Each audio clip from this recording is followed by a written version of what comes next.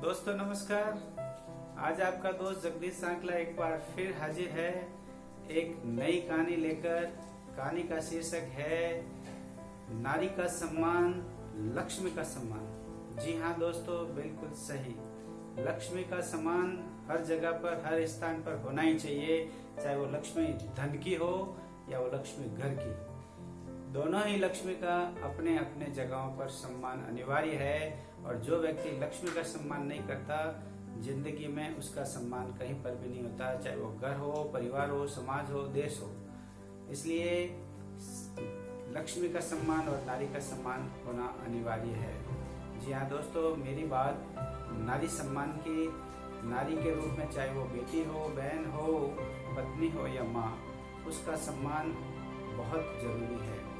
नारी कहीं पर भी क्यों नहीं हो, सम्मान अनिवार्य है।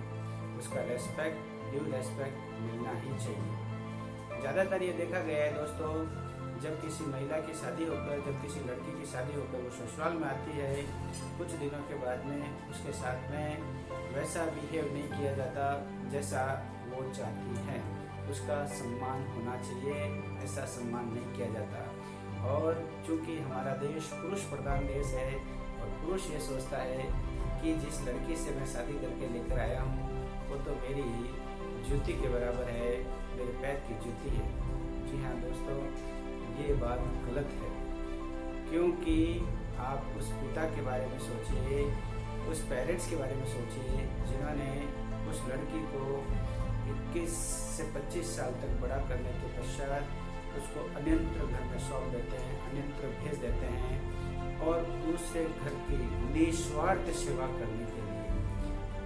वो लड़की जो शादी करके आती है, वो महिला जो विवाह करके किसी दूसरे के घर में आती है, आप उसके बारे में जरा सोचिए कि उसका उस घर में उसको क्या मिलता है। जीवन पर्यंत बिना रुके 24/7 वो घर में काम करती है।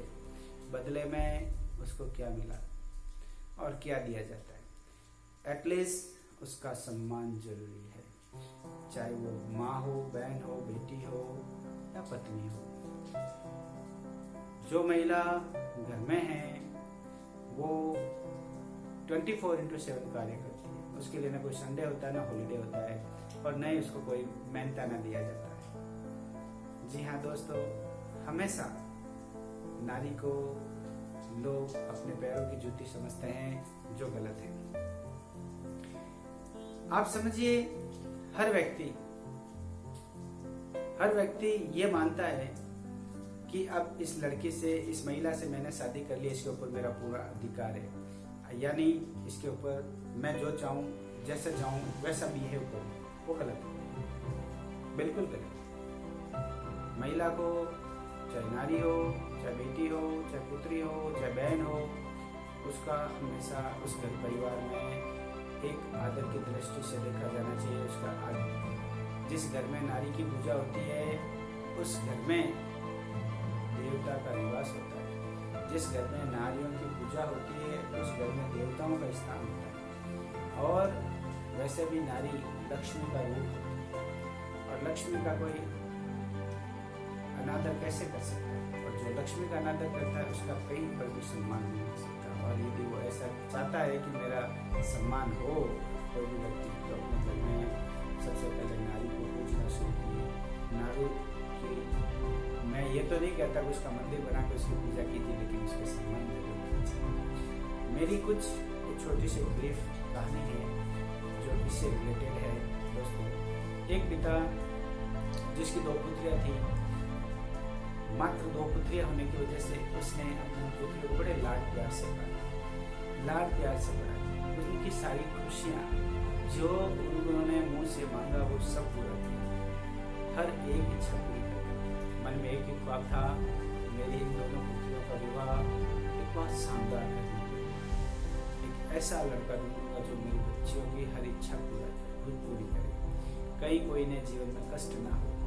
इस प्रकार से हमेशा उसका एक ख्वाब था। जब बच्चियाँ बड़ी हुई, 18 साल की, 20 साल की, यानी शादी योग्य हुई, एक दिन वो अपने पुत्रियों के पास में बैठ के चर्चा करता है, बेटा मैं तुम्हारे लिए राजकुमार ढूंढ रहा हूँ। मेरे बच्चों के लिए ऐसा राजकुमार ढूंढूंगा जो मेरे बच्चियों को कहीं पर भी कष्ट ना मिले, उन्हें एक कांटा भी चुभे तो राजकुमार को कष्ट होगा। मैं ऐसा राजकुमार ढूंढूंगा, ऐसा घर ढूंढूंगा जहाँ कहीं कोई तकलीफ नहीं होगी। बड़ी वाली बच्ची ने अपने पिताजी की बात को सुनकर, क्योंकि वो पिता के बहुत ज्यादा क्लोज में थी, उसने पूछा, पापा क्या मैं आपसे एक बात पूछूं? पिता चूंकि दोनों से बहुत ज्यादा प्रेम करता था, तो कहा, पूछो ना बेटा, क्या बात है, क्या चाहिए तुम्हें? बड़ी वाली बच्ची ने कहा, पिताजी मुझे चाहिए कुछ नहीं, लेकिन एक आपसे जवाब चाहिए। आप एक चीज सोचिए, हम आपकी पुत्रियां हैं ना? जी हाँ बेटा, मेरी बेटियां हो, मेरा कलेजा हो, मेरा दिल हो। आप जरा सोचिए ना पापा, मेरी माँ भी किसी की पुत्री रही हो, उसके पिता ने भी ये उम्मीद की होगी कि मैं एक आप एक चीज बताइए, क्या ऐसे राजकुमार हो पाए? सोचिए पापा, हर पिता का एक ही अरमान होता है कि मैं अपनी पुत्री के लिए राजकुमार हूँ, क्योंकि उनको 20-25 साल तक पाल पोस कर बड़ा करता है और किसी को सौंप देता है, निस्वार्थ सौंप देता है। मेरा ये निवेदन है पापा, जितना आप मेरे लिए, हमारे लिए जो सोच रहे हैं, काश आप हमारे लिए भी सोचें। हर व्यक्ति अपनी पत्नी के बारे में ऐसा सोचता है तो उनकी पुत्रियों को अपने आप ही राजकुमार मिले। अपनी पुत्रियों की बात सुनकर पिता शर्मिंदा हुआ और महसूस करने लगा कि सचमुच में आज तक मैंने अपनी पत्नी को वो आदर नहीं दिया जो उसको देना चाहिए था। उस दिन के बाद में उसने अपने दिल में महसूस किया कि आज से मैं अपनी पत्नी का हमेशा सम्मान करूँगा, हमेशा मदद करूँगा और उसका ड्यू रेस्पेक्ट करूँगा। जी हाँ दोस्तों, ये बात बिल्कुल सत्य है।